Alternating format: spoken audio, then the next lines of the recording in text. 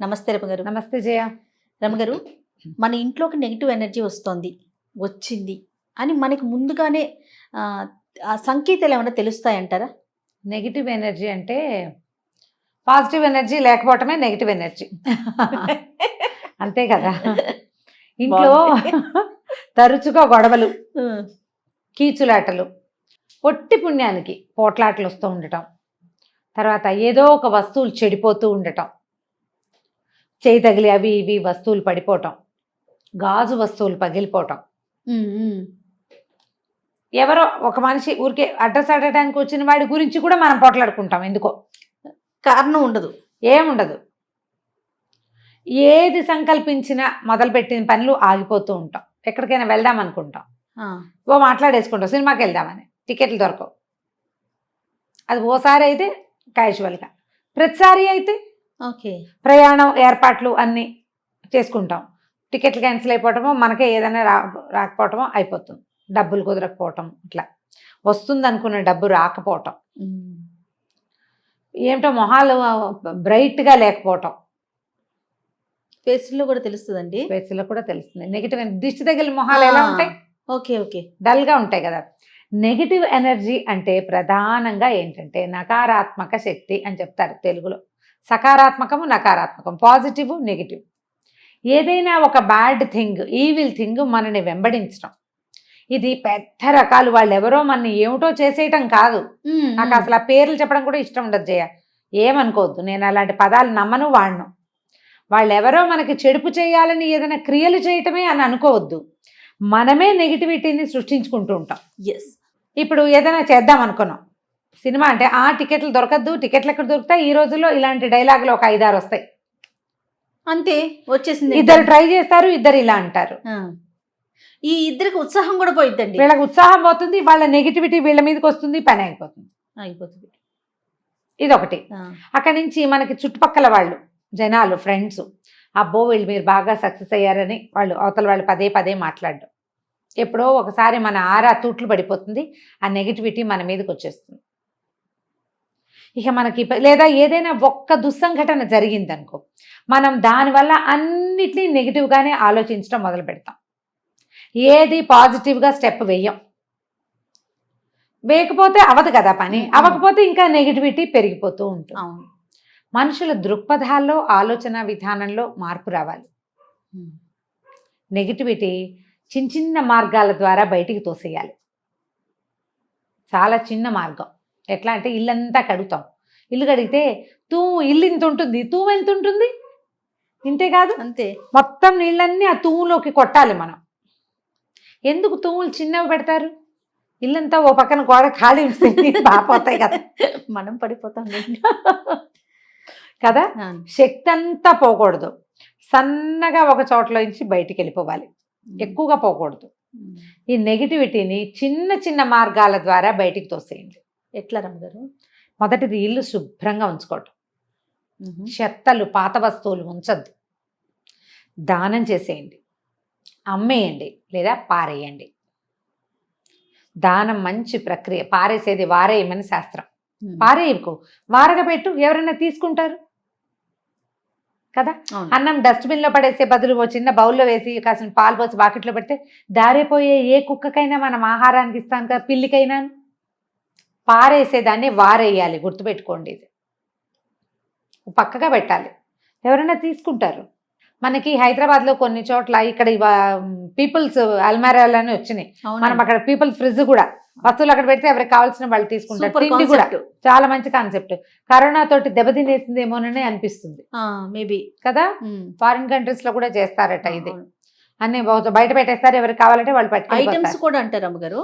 Furniture దగ్గర నుంచి ప్రతిదీ కూడా వాళ్ళకు వద్దు అనుకుంటే బయట పెట్టేస్తారు. అవి అమ్మలేరు, బయట పెడితే ఎవరో ఒకళ్ళు తీసుకుంటారు. అట్లా ఇలా ప్లాన్ చేసుకోండి, తీసేసేయండి ఇంట్లో నుంచి. తర్వాత పాత వస్తువులు పాడైపోతాయి, వాటికి స్పేస్ ఇవ్వాలి, వాటి మీద శ్రద్ధ పెట్టాలి. పుస్తకాలు అవి చదువర్లని కోరుకుంటాయి. బుక్స్ మా నాన్నవి తాతవి అని అట్టి పెట్టుకుంటాం. మనం ఏనాడు చదవం, పుస్తకం తిప్పాం. చదివే వాళ్ళ లైబ్రరీలకి ఇచ్చేయండి కదా, అలాంటివి చేయాలి.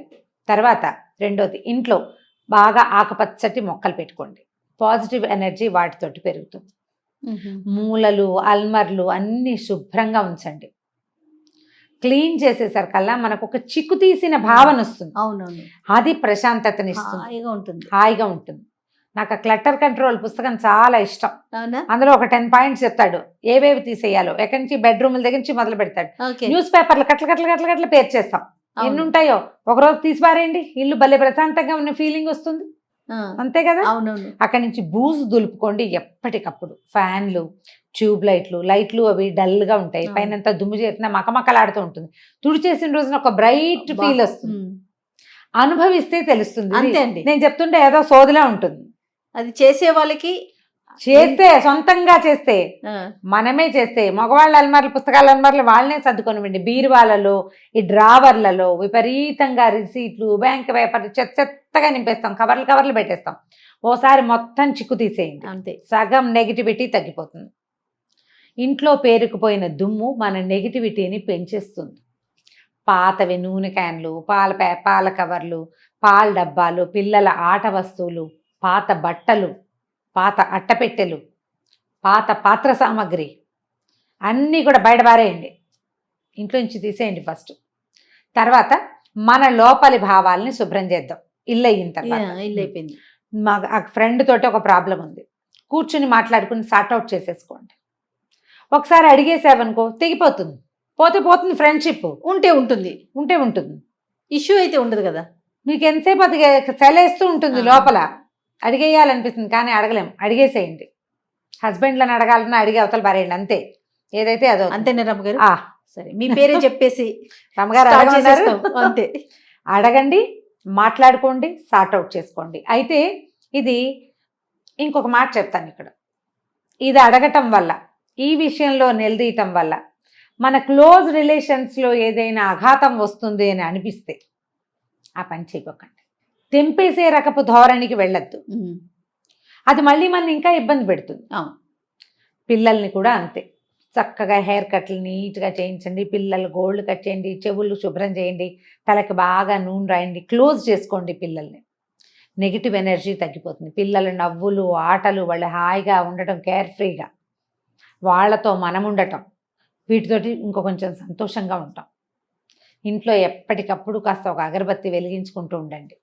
సాయంకాలం అయ్యేసరికి ఒక ధూప్ స్టిక్ వెలిగిస్తే సాంబ్రాణి పొగలో సగం నెగిటివ్ ఎనర్జీ బయటికి వెళ్ళిపోతుంది.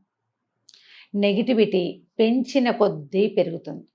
మీకే డల్గా అనిపించింది, బయట నుంచి వచ్చారు, చాలా డల్గా ఉంది, విసుగు పుట్టేస్తుంది, ఏంటో ఒక తెలియని నిస్సత్తువ, పెద్ద పనేం అవల కానీ మనకి ఎందుకో నీరసం, నిస్త్రాణ, విసగట, చాలా చిరాకు, అవి ఇవి ఉన్నాయి. చక్కగా ఒక చాక్లెట్లు ఉంచుకోండి ఇంట్లో. ఓ చాక్లెట్, బెల్లం ముక్క నోట్లో వేసుకుని, చాక్లెట్ అయితే పీడా పోయి బెల్లం ముక్క వేసుకోవచ్చు నోట్లో వేసుకుని, ఒక గుప్పెడు ఉప్పు తీసుకుని బాత్రూంలో బకెట్ నీళ్ళల్లో పోసి పడేసుకోండి. ఉప్పుని కరగబెట్టేసి ఆ నీళ్లతోటి స్నానం చేయండి. స్నానం చేస్తే సగం ఎనర్జీ పోతుంది, అంతే. ఎంత బాగా పనిచేస్తుందో చేయ. పిల్లలకి ఒకవేళ పిల్లలు డల్గా ఉంటే 2 ఉప్పురాళ్ళు దిగదొచ్చి నీళ్ళల్లో పడేయండి. కాళ్ళు చేతులు మొహం కడిగించండి, ఆ ఒంటి మీద ఉన్న బట్టలు మార్చేసుకోమనండి, ఫ్రెష్ ఫీల్ వస్తుంది. విసుగ్గా ఉంది, దుప్పట్లు మార్చేసుకోండి, బెడ్షీట్లు, టవల్స్ ఎప్పటికప్పుడు మార్చుకోండి. మురికిగా చీదరగా ఉన్న పక్కల మీద పడుకోవద్దు. రాత్రి 10 గంటలకో 9ంటికో స్నానం చేసి దుప్పటి మార్చేసుకుని చక్కగా లేత రంగు దుప్పటి వేసుకుని దాని మీద పడుకుంటే ప్రశాంతంగా నిద్ర పడుతుంది. చేసి చూడండి, తెలుస్తుంది తప్పకుండా. ముందు నెగిటివ్ ఆలోచనలు కూడా తీసేయాలి కదా. దీంతో పాటు మనం నెగిటివిటీ ఏంటంటే ఎవరేం మాట్లాడినా నన్నే అన్నారన్న భావనల్లోంచి బయటకు వచ్చేయాలి. ప్రతిదీ వాళ్ళు మీన్ చేశారని అనుకోవద్దు. చేస్తే వ్యాలిడ్ పాయింట్ అండి ఇది. చేశారు, చేసినా సరే మనం పట్టించుకోవద్దు, అంతే. ఎందుకంటే వాళ్ళు మీన్ చేసి ఒక మాట అని వదిలేస్తారు. మనం ఏం చేస్తాం, దాన్ని ఇంత గంపాలు ఎత్తుకుని మోసుకుంటాం. అనేసిన వాడు ఫ్రీ అయిపోతాడు, మోసేవాడు బరువెక్కిపోతాడు. మోతలు పెట్టుకోవద్దు. నెగిటివ్ ఎనర్జీలో 90% మోతే ఉంటుంది, దాన్ని మోసుకుంటూ ఉంటాం. రకరకాలు, అప్పుడు అలా అన్నారు, ఇప్పుడు ఇలా అన్నారు లాంటివి ఏమైనా మీన్ చేశారా, లేకపోతే వాళ్ళు ఏదో మామూలుగా విషయం చెప్తే అది నన్నే అన్నారేమో లాంటి భావాలు అనగానే ఇక మనకి డౌన్ అయిపోతుంది మన బండి. అవును. ఇప్పుడు ఎవరికి వాళ్ళే యునిక్. నాకు సాటి నేనే, అంతే. నాకెవరు పోటీ లేరు అనుకోవాలి. వచ్చింది చేసుకుంటాను, నా భర్తకి నా పిల్లలకి ఇబ్బంది లేకపోతే చాలు, మిగిలిన సమాజంతో నాకేమిటి.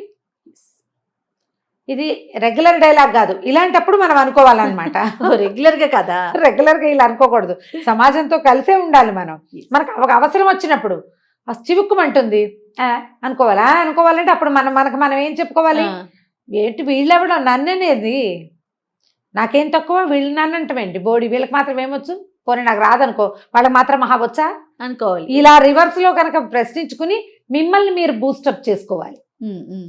ఎప్పుడు 2 పాయింట్లు గుర్తుపెట్టుకోవాలి జయ. ప్రతి మనిషికి లోపల ఒక కిడ్ ఉంటాడు, ఒక పిల్ల, అది చంటి పిల్ల. దాన్ని ఎంత ముద్దు చేయాలో అంత ముద్దు చేయకూడదు. 2 ఎలాగా, మన దగ్గరే ఒక పిల్ల ఉంది, అది ఏడ్చినప్పుడు ఎత్తుకోవాలి, అది ఆడుతున్నప్పుడు వదిలేయాలి. ఆడుతున్నప్పుడు కూడా సంగలో పెట్టుకుంటావా నువ్వు, పెట్టుకోవు, ఏడ్చేటప్పుడు కదా దాన్ని ఎత్తుకునేది, అంతే కదా. మన లోపల బేబీకి కష్టంతో వచ్చినప్పుడు దాన్ని ఓదార్చుకో, శబాష్ నువ్వు చాలా గొప్పదానివి, నీ అంతటి వాళ్ళు ఎవరు లేరు. అది ఉత్సాహంగా ఉన్నప్పుడు ఏగురు, ఇంకా ఏం పర్వాలా. ఇది గుర్తుపెట్టు, బ్యాలెన్స్ తెలియాలి, ఆ బ్యాలెన్స్ తెలియాలి. ఎప్పుడు నీ బేబీని ఓదార్చుకుంటూ ఉన్నావా, ఇక అదే సంగతి నీ సంగతి. లేదా దానికి ఏ ఓదార్పు లేకుండా దాన్ని వదిలేసావా, అది ఇబ్బంది. అంతే. ఈ ఇన్నర్ కిడ్ని ఎట్లా బ్యాలెన్స్డ్గా ముద్దు చేయాలి, ఎలా ప్యాంపర్ చేయాలి, ఎలా ట్రైన్ చేయాలి అనేది ఎవరికి వాళ్ళకి సొంత పాఠం ఉండాలి. ఈ పాఠాన్ని సక్సెస్ఫుల్గా చేయగలిగే వాళ్ళు బాగా పైన ఉంటారు. ఆడవాళ్ళు అన్నిటా వాళ్ళు ఏదనుకుంటే అది చేసేయగలుగుతారు. మానేసినప్పుడు మానేస్తారు, అది వాళ్ళ ఛాయిసే, అంతే, అది వాళ్ళదే ఛాయిస్. వీళ్ళు బ్రైట్గా ఉంటారు, అంత మాత్రాన వాళ్ళకి కష్టాలు లేవని అనుకోవద్దు. వాళ్ళకు ఉంటాయి ఇబ్బందులు, ఆ ఇబ్బంది వచ్చినప్పుడు ఆ బేబీని నిద్రపుచ్చుకోవడం వాళ్ళకి వచ్చు. ఈ లోపల ఉండే పాపాయిని దాన్ని నర్చర్ చేయటం వాళ్ళకి వచ్చు. అవకాశం వచ్చినప్పుడు రెచ్చిపోతారు, హాయిగా అన్నీ చేసుకుంటారు. ఇబ్బంది లేనప్పుడు ఒక రకంగా, ఇబ్బంది ఉన్నప్పుడు ఒక రకంగా మన లోపల వ్యక్తిని మనం ప్యాంపర్ చేసుకోవాలి. అప్పుడే మనం మన చుట్టూతా ఏర్పడుతున్నటువంటి నెగిటివ్ ఫోర్సెస్ నుంచి మనని మనం రక్షించుకోగలుగుతాం. ఆడవాళ్ళు తమని తాము రక్షించుకోగలిగిన స్త్రీ తన కుటుంబాన్ని హ్యాపీగా రక్షిస్తుంది. ఆమె కనుక ఒక టీచర్ అయితే ఆవిడ స్టూడెంట్స్ అందరూ బాగుంటారు. ఆవిడ ఒక మదర్ అయితే ఆవిడ పిల్లలందరూ బాగుంటారు. ఆవిడ ఒక సంస్థకి హెడ్ అయితే మొత్తం సంస్థ అంతా బాగుంటుంది. ఒక్కళ్ళు సరిగ్గా ఉంటే వీళ్ళ నుంచి వచ్చే మాటలు జనాలు హాయిగా వింటారు. ఇందులో నెగిటివిటీ లేదు, ఓన్లీ పాజిటివిటీ ఉంది. ఉంటాయి నెగిటివ్ మాటలు, నెగిటివ్ విషయాలు ఉంటాయి, వాటిని తప్పించుకోవడం ఎలాగో నేర్చుకుంటాం మనం. ట్రై చేయాలి కదా, ష్యూర్గా కదా. అవునండి. గుర్తు చేసుకోండి, మన జీవితంలో ఎవరెవరు చాలా పాజిటివ్గా స్పోర్టివ్గా ఉన్న ఆడవాళ్ళు ఉన్నారు, మనం ఉన్నామా అందులో చూసుకోవాలి, ఆలోచించాలి. అందరూ ఉండాలి, మగవాళ్ళు కూడా ఉండాలి. మనం మామ్స్కి ఎక్కువ చెప్తాం కాబట్టి ఆడవాళ్ళకి చెప్తున్నాం కాబట్టి ఈ మాట చెప్తున్నాను. మగవాళ్ళైనా తమ లోపల కిడ్ని ఇలాగే చేసుకోవాలి కదా. అంతే రమ్ గారు. నమస్తే. నమస్తే జయ.